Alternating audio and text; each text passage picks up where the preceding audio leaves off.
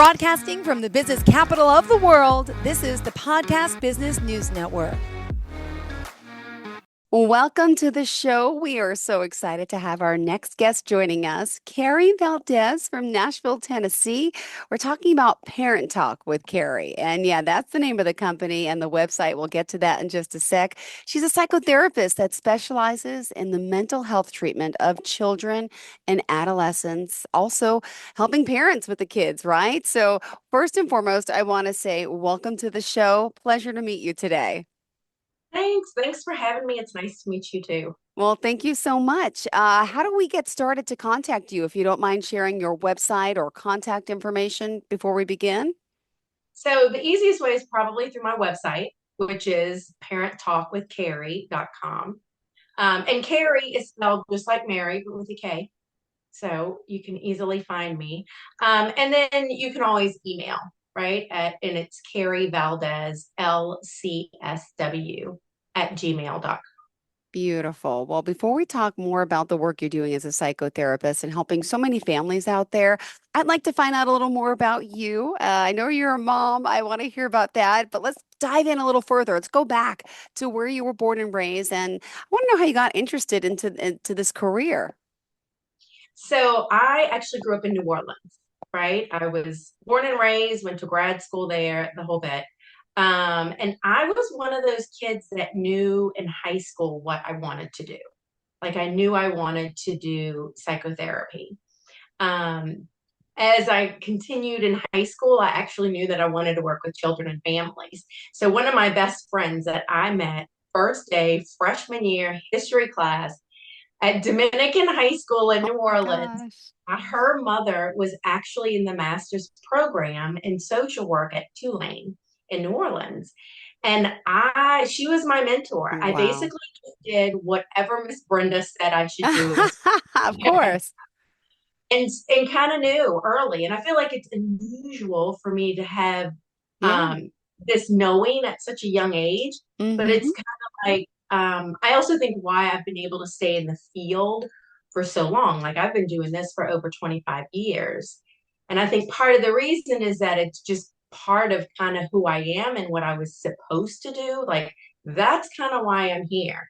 So what I think about and the way I guess I function in the world is Hmm. more as a therapist and helping kids and families is just kind of innately, I think, wired in who I am. Beautiful. I love it. And then I was also reading on your website, and I urge people to do the same. Again, it's Parent Talk with Kary, Kary, that you say that all parents worry about their children, right? And it happens. But then those worries sometimes become too prevalent to dismiss, and it's time to take that action. So you're here helping so many children and their parents. And I know you understand as a mom, the how difficult this is. Would you mind just telling us a little bit about your family? Yeah, so I have two boys. Um, Now I have one that's a senior at the University of South Florida in Oh Tampa, my goodness. and I have a sophomore that's at Arizona State in Tempe, Arizona. So they're far, which was part of the goal, right? Like I was the mom that's like, okay, we're doing all this, we're going to college, but you need to leave my bubble.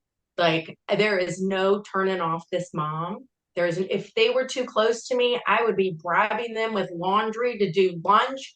I would be bribing hours to go see them if I could get that close to them. Yep. I knew in order for me to separate, I need them to be a little further away. Now, did they have to go that far? Not necessarily. This is what they chose and where they wanted to be. And it's actually worked out great. So now it's like celebrities now when they come home. When my son calls or FaceTime, we're like jumping over furniture to answer the call or to get on FaceTime with the boys. So, but when they were little, we kind of grew up in a smaller town. Like Hmm. we grew up in Mount Juliet, Tennessee, right? So it is suburbia of Nashville. We're like 13 miles east of the city, right? What town So is it? What is it called? Mount Juliet, Oh, that's beautiful. There's a lake there, right? yes, with the city Oh, between the lakes. There's two lakes. Got it. Okay. Thank you. Thank you. I'm just trying to figure out where you are. I was in Davidson County. I just told her before the show I used to have a condo down there in downtown Nashville, but I have friends who live in Belmead and Franklin, so I'm familiar with the area. Beautiful. Yes, yeah. So they were basically the guinea pigs for me for all of the parenting stuff that I had to do, all the learning, all the websites, and all the trainings that I went to. Because I started working with children and families before I even had my own kids, right? So I had to figure this out without being a parent to start. And then once I had my own children, I was like, okay, let's try this.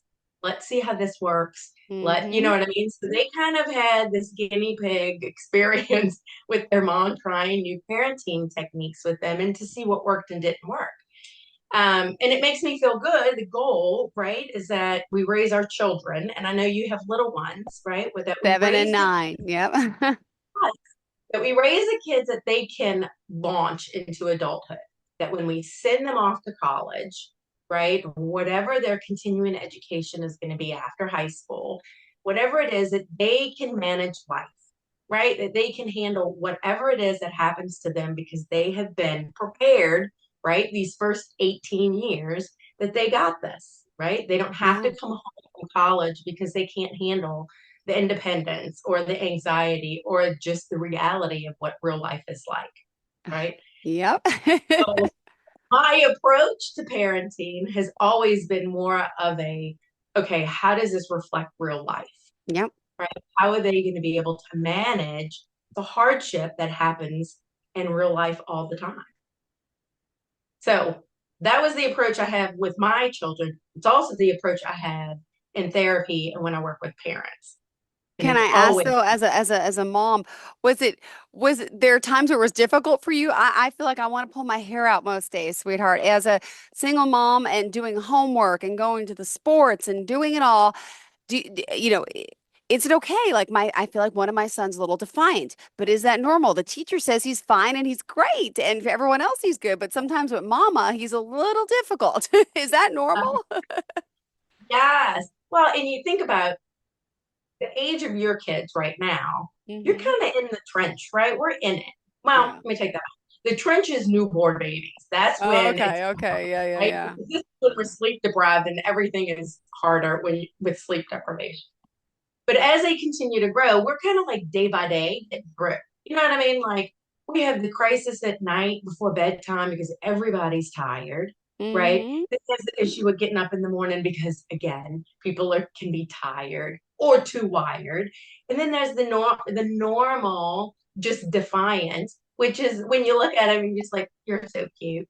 You know, like you are so naughty and so cute. And that was a good try. Yeah. And sometimes the defiance is also, like they're trying to figure it out. It's also like a sign of intelligence, right? How can they manipulate you? How can they manipulate the world around them to get what they want, right? Are they good at it or do they need to keep working on it? Hmm. So defiance of itself is not a bad thing because they're supposed to be kids, right? And the Wow. more mistakes that they make when they're younger, the better it is because they learn the lessons faster.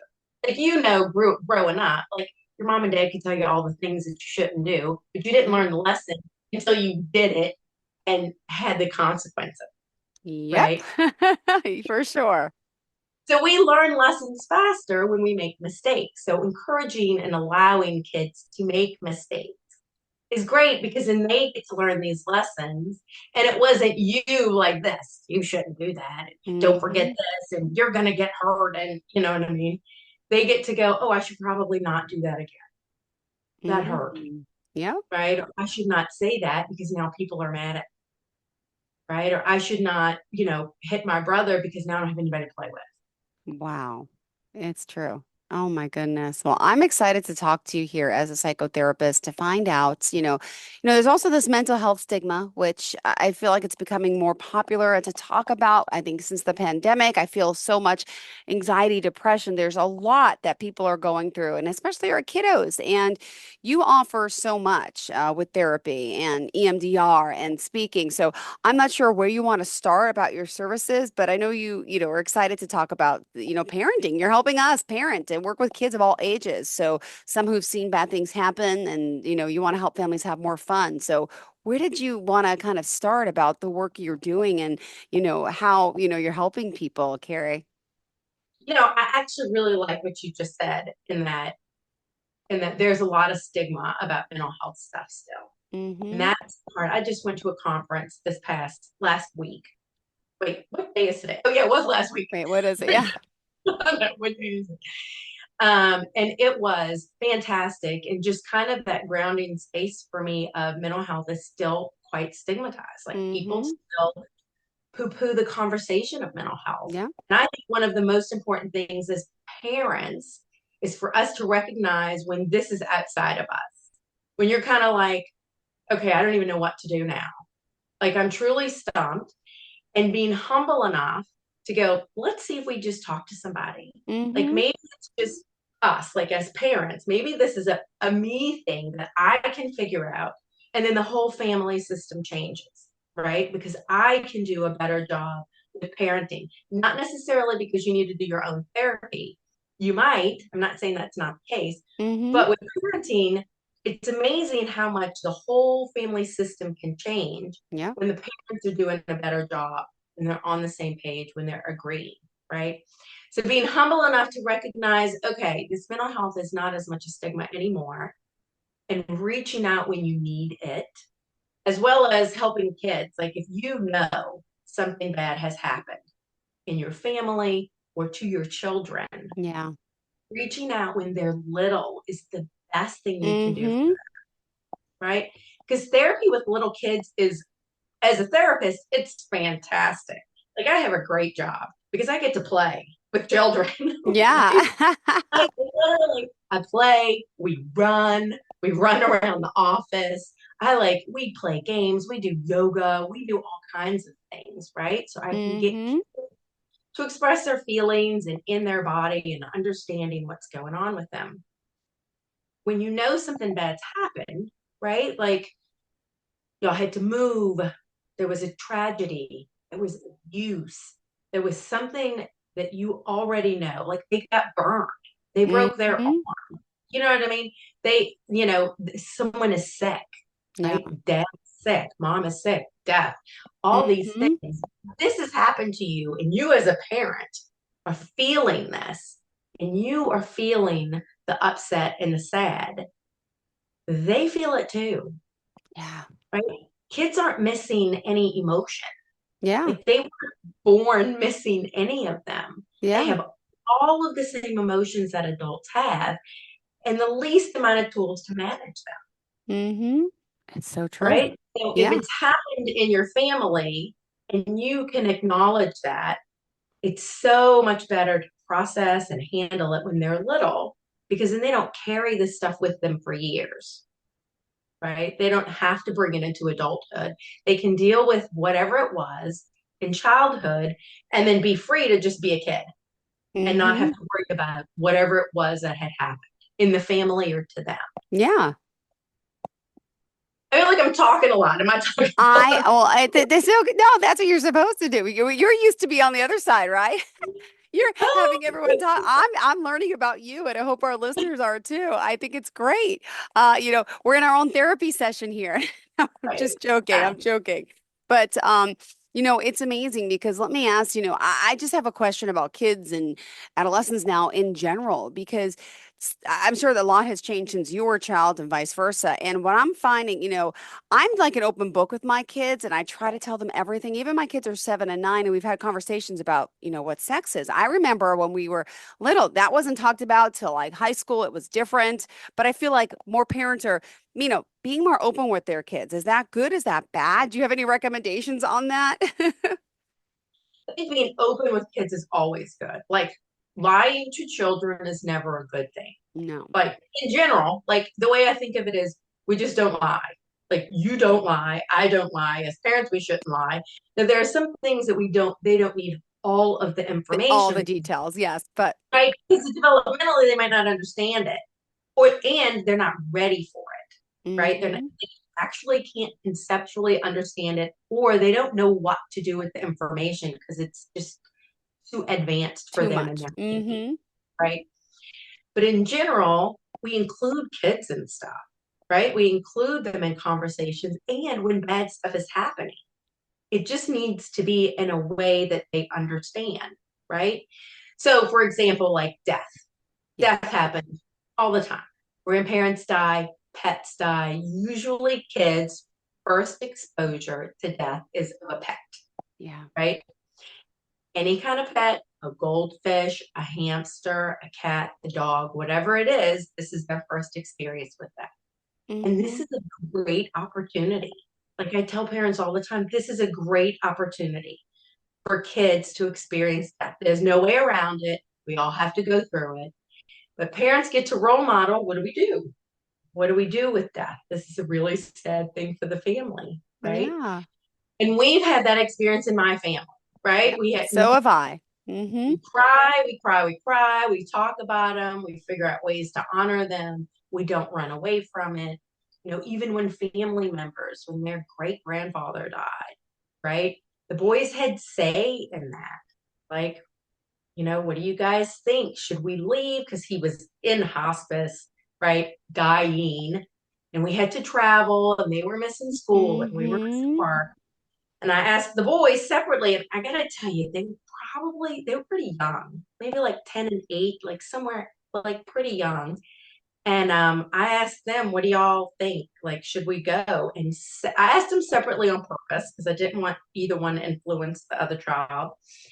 And they both said to me, no, we're staying. And I'm Mm. like, okay, why should we stay? And they're like, because we need to be here for grandpa, right? We Mm. need to be here for him. So they stayed not for their great grandfather who was dying. They stayed for their grandpa. And Beautiful. It's so beautiful. Oh. I was like, I looked at my husband and I was just like, guess we're staying. I'm like, Oh. we'll figure it out. And he's died shortly after. He stayed for the services. And they were just really present and not afraid of the death and understanding of what's going on. And you would be shocked at how supportive kids are. Like Yeah. they had, not that they should be your support. Hear me when I say that your children are not your support system, right? We're not Mm-hmm. use them as support, but when sad stuff happens like But this, mm-hmm. they are so comforting and it's so genuine and it's so kind to have kids like, and it's so natural. It's such a part of life, Mm-hmm. right? But it is their first exposure and we are honest with them about what's going on. So that was a long, drawn out way to answer if No, how it's beautiful though, how you're right. It's about, talking to them in a level they can understand. And, you're the expert here, but I so get it. We had a death of our cat last year. One took it so hard. Other one was okay. And another recent death of a cat. And that same one took it so hard. But you talk about the beauty, about life and about, it does teach them so much. And I prefer, being open. I think we started off by me asking about our children, what should we tell our kids and what should we not? Just, and yeah, I always think honesty is the best policy, but I like that you also express, well, you have to be careful how talk about it in a sense and approach it with them because they understand differently than us.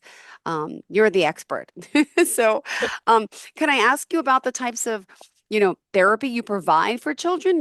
People come to you for their kids with what sort of, I don't want to say the word problems, abilities, I should say, right? Or, what type of things, are you helping kids with? If someone out there is listening today, and is it in the area of Nashville? Is it only in person, or do you do virtual work as well, out of state?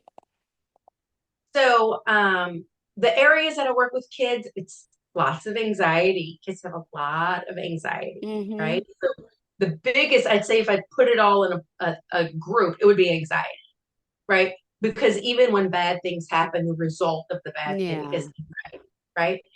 And depression. Those are still, and you could probably ask any therapist that sees adults too, what's the biggest thing, and they're going to say anxiety, Mm-hmm. right? Even in littles, you would be surprised at how anxious little kids can be, right? And remember, they have no way to manage it. They have the least amount of tools to manage their feelings, Yeah. right? I do some online stuff with kids, not littles though. I learned during COVID that children just walk away. They just leave the computer. They're like, okay, I'm done. And they just walk away. And I'm like, hello, is anybody there? So my littles, I do need to see in person. Mm-hmm. I do offer, if you know that there was a trauma, I do offer the option that I've had parents fly in town or they'll drive in town. They'll spend like 3 days and we'll Oh, do longer sessions. Like I'll do 2 hours, 3 days in a row with those kiddos if we know that there's trauma. And usually that actually gets us to a real good place, right? Where mm-hmm. they can then go home and still be all right, right? But this is now that's specific for trauma therapy. That's for EMDR. Got it. Um, And what does I that can stand for again? eye movement desensitization reprocessing. Okay, thank you. I know, big words, right? Yes. So I can do more adolescents on Zoom or online, right? That tends to work. And then the parenting part, which is best, is that I always can do that online, right? Even the parents that are local, um, we can because then we can do it at like parents' lunchtime. You know what I mean? The Mm-hmm.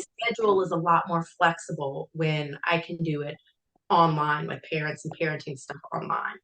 And a lot of times that's where we start, is we start with parenting stuff and we see how that changes or helps the family. And then we might go to an identified person that might need more assistance. But a Got it. lot of, especially the younger the child, a lot of times the parenting part is all that needs to happen. We just need to tweak the parenting a little bit and the kids are okay, Got it. right? So, but yeah, littles need to come to me. Mm-hmm. The parenting stuff can be all online. And then with the adolescents, when with my bigger kids, we only do online after we have a relationship, Yeah. right? Because it's really important for them to know me and like me in order for therapy to really be productive and effective. Got it. Has to be a good fit. Yes.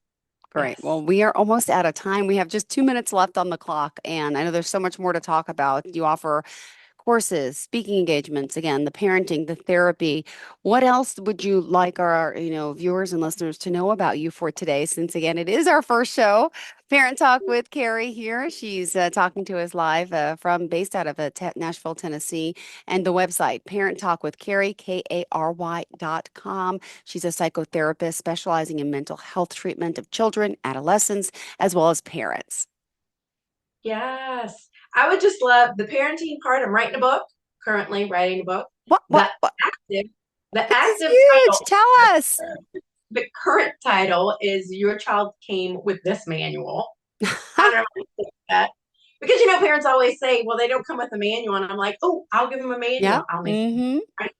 So working on that, love the whole parenting part of it because I feel like I can reach more children Yeah. when I do parenting stuff than one child at a time, right? I Mm-hmm. love working with one child at a time. But when I think of it, I'm like, I can reach more kids when I can do more parenting stuff. Yeah. So if that is a great start for people, then I would love to be helpful. Ah, I love it. Well, thank you so much. And you offer, is it a free 30-minute session or? Yeah, the consult just to kind of figure out, is this what we're doing? Like, is this where we're starting? Is it this? Because a lot of times they call about their kiddos or let's start with this and just kind of figuring out what we need to do Got is it. usually what the first 30 minutes is. Yeah. Beautiful. Well, thank you so much. Let's remind everyone how we can contact you, please. Parenttalkwithkary.com, or you could email me at Kary Valdes, LCSW at gmail.com. Perfect. Well, thank you so much. Pleasure getting to know you and looking forward to the next time we get to connect. And I would love to hear some, stories, of course, patient confidentiality, but of the families you're helping and, talking about some of the situations that can really resonate with others, could get their mind sparking, maybe the help that they need to help, better parenting or to help their child in whatever struggle there is. Right. That would be awesome. Thank you so much, Jill, for Thank having me. you. Pleasure having you here. Excited about this, and I hope you enjoy your day. Thanks so much. You too. Bye bye. To all of our listeners and viewers, stay tuned. We'll be right back after this break. Are you looking for even more of the podcasts and hosts that you love? The Podcast Business News Network is proud to announce that you now have even more ways to listen live. Check out the MyTuner Radio, online radio box, and Simple Radio apps on iOS and Android, or find us online. Search for Business News Network on mytuner-radio.com, or search Podcast Business News Network on streama.com and onlineradiobox.com/US. Take your podcast on the go and don't miss a minute of the action.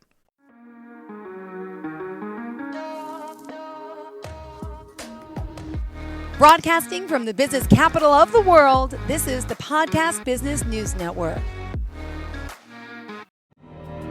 For nearly 2,000 severely injured veterans, everyday life has become filled with barriers. Day-to-day simple tasks can become pretty daunting. I have to carry my chair up 2 flights of steps or have somebody do it for me. What scares me the most is just the falling.